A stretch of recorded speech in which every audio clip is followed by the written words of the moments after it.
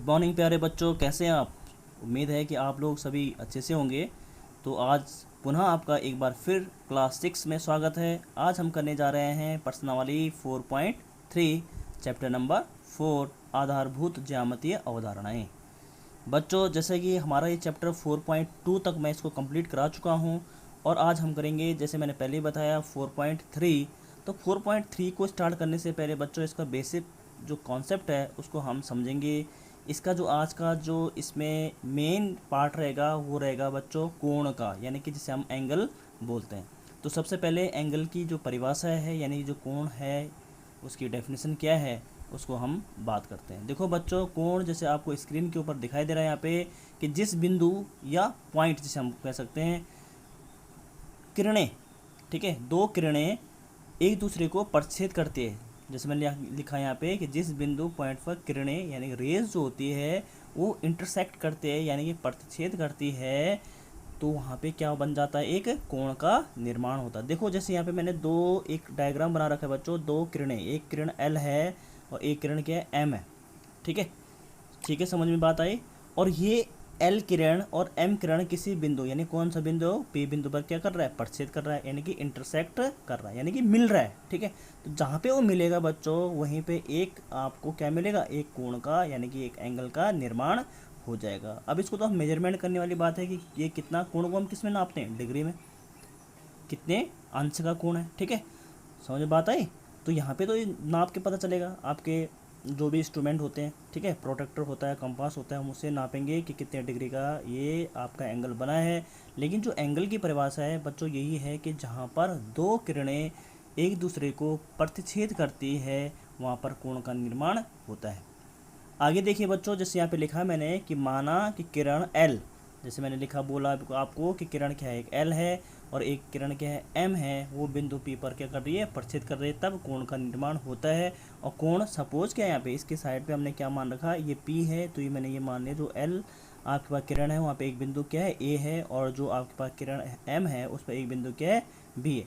तो आपके पास एक कोण का निर्माण क्या होगा, उसका अगर मैं मैथमेटिकली बताऊँ नाम क्या होगा, उसका नाम होगा बच्चों आपका APB। कैसे रीड करते हो उसे, AP, क्योंकि ये P बिंदु है, APB, समझ में आए। तो इसको लिखने का तरीका देखो, ये ऐसे L जैसे शेप में जो मैंने बना रखा है उसको एक नोटेशन है, उसको हम कैसे एंगल को कैसे प्रतिष्ठित करते हैं, कोण को प्रतिष्ठित करने का तरीका क्या है, एक L जैसा आपको दिख रहा होगा, ये बनाया मैंने और APB लिख दिया थी, इसी को हम क्या बोलते हैं, कोण। अब जिस कोण को हम लिख रहे हैं यानी कि P है ना कोण, तो P पे बन रहा है, तो हमेशा सेंटर में रहेगा, यानी बीचों बीच में रहेगा। किसके बीच में रहेगा, इस बिंदु A और इस बिंदु के B के बीच में रहेगा, तो APB। ठीक है, तो इसको और इसके बाहर से L जैसा आपको दिख रहा है कोण का साइन, वो लिखना है। ठीक है, अब बच्चों यहाँ पे है कि कोण को बनाने वाली दोनों किरणें उसकी भुजाएं, या जिसे हम इंग्लिश में आर्म्स या साइड भी बोल सकते हैं। ठीक है, यानी कि जो ये भुजाएं हैं उसकी एक भुजाई ये है, ये किरणें आपको दिख रही है, जैसे एक किरण, दो किरण, तो इनको हम क्या बोलते हैं, उसकी भुजाएं, या इंग्लिश में बोलेंगे तो साइड, ये आर्म्स। ठीक है, और जो बच्चों ये बिंदु होता है P, उसको क्या बोलते हैं, P जो है उसका शीर्ष कहलाता है, कोण का क्या कहलाता है, शीर्ष, यानी कि वर्टेक्स कहलाएगा। ठीक है, तो बढ़ते हैं, उम्मीद करता हूँ कि आपको ये समझ में आया होगा। अब बढ़ते हैं हम प्रश्नावली 4.3 की ओर। देखिए बच्चों, 4.3 में पहला क्वेश्चन है कि दी गई आकृति में कोणों के नाम लिखिए। देखो आपको एक आकृति दे रखी है, तो आपको लग रहा होगा कि यहाँ पे कितने कोण बन रहे हैं। देखो यहाँ पे एक किरण ये है, एक किरण ये मान लो, तो एक कोण ये बन रहा है, एक किरण इसको मान लीजिए आप, एक किरण इसको मान लीजिए, तो ये दूसरा कोण बन गया। एक किरण आपकी ये है, एक किरण आपकी ये है, तो तीसरा कोण बन गया। और एक किरण बच्चों ये है, जैसे मैंने कहा एक किरण ये होगी, तो ये कितना कोण बन जाएगा, पांचवा कोण बन जाएगा। तो आप देखेंगे कि इस आकृति में कुल कितने कोण हैं, 5 कोण हैं। अब उनके नाम लिखने हैं, तो सबसे पहले लिखा है, जैसे मैंने ABC, तो मैं आपको परिचय करा दूं कि ABC मैंने कहाँ से नोट किया है। देखो ABC, यानी कि मैं इस बार इस एंगल को ले रहा हूँ, पहला एंगल मैंने क्या ले रखा है, ABC, इसलिए मैंने 1 लिख रहा हूँ, ABC।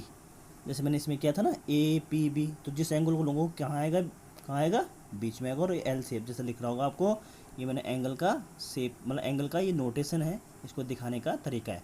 तो ABC क्लियर है। दूसरा है बच्चों BCD, देखो देखो BCD, यानी कि दूसरा ही बीच में आ गया, दूसरा एंगल ही आ गया BCD। और तीसरा है बच्चों CDA, बहुत आसान है, आप समझ गए होंगे आप, 3 और अगला है DAB, DAB यानी ये आपका चौथा एंगल है। तो कितने एंगल बताए थे मैंने आपको, 1 2 3 4, तो ये आपके चारों के चारों कोणों के नाम हो गए। चलिए बढ़ते हैं क्वेश्चन नंबर 2 की ओर। बच्चों जैसे यहाँ पे क्वेश्चन नंबर 2 है, संलग्न आकृति में वे बिंदु लिखिए जो, पहला पार्ट है इसमें एंगल कोण बोलेंगे, जो मैंने बोला एल शेप वाला उसको बोलते हैं कोण, DOE के अभ्यंतर, अभ्यंतर मतलब इंटीरियर, ठीक है, जो उसके अंदर हो, ठीक है, यानी कि DOE के अंदर कौन सा बिंदु है देख लो।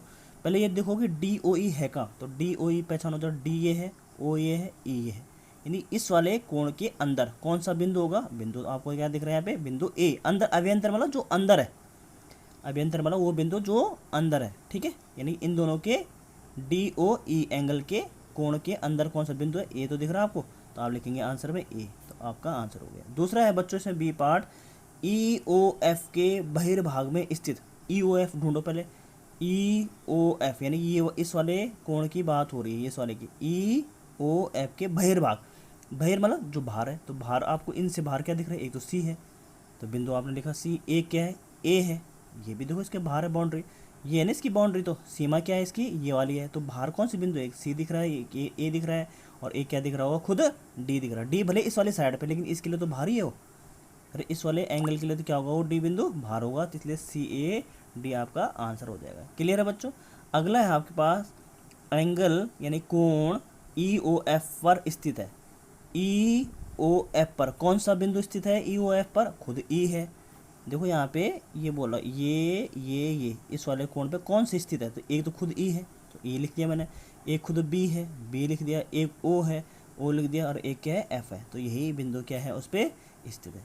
तो बच्चों यही आपका आज का टॉपिक था, और इसमें जो क्वेश्चन नंबर 3 है वो आपका होमवर्क होगा, अगर नहीं आए तो आप उसको कमेंट बॉक्स में ज़रूर लिखिए, उसको भी मैं करा दूँगा। तो थैंक यू सो मच।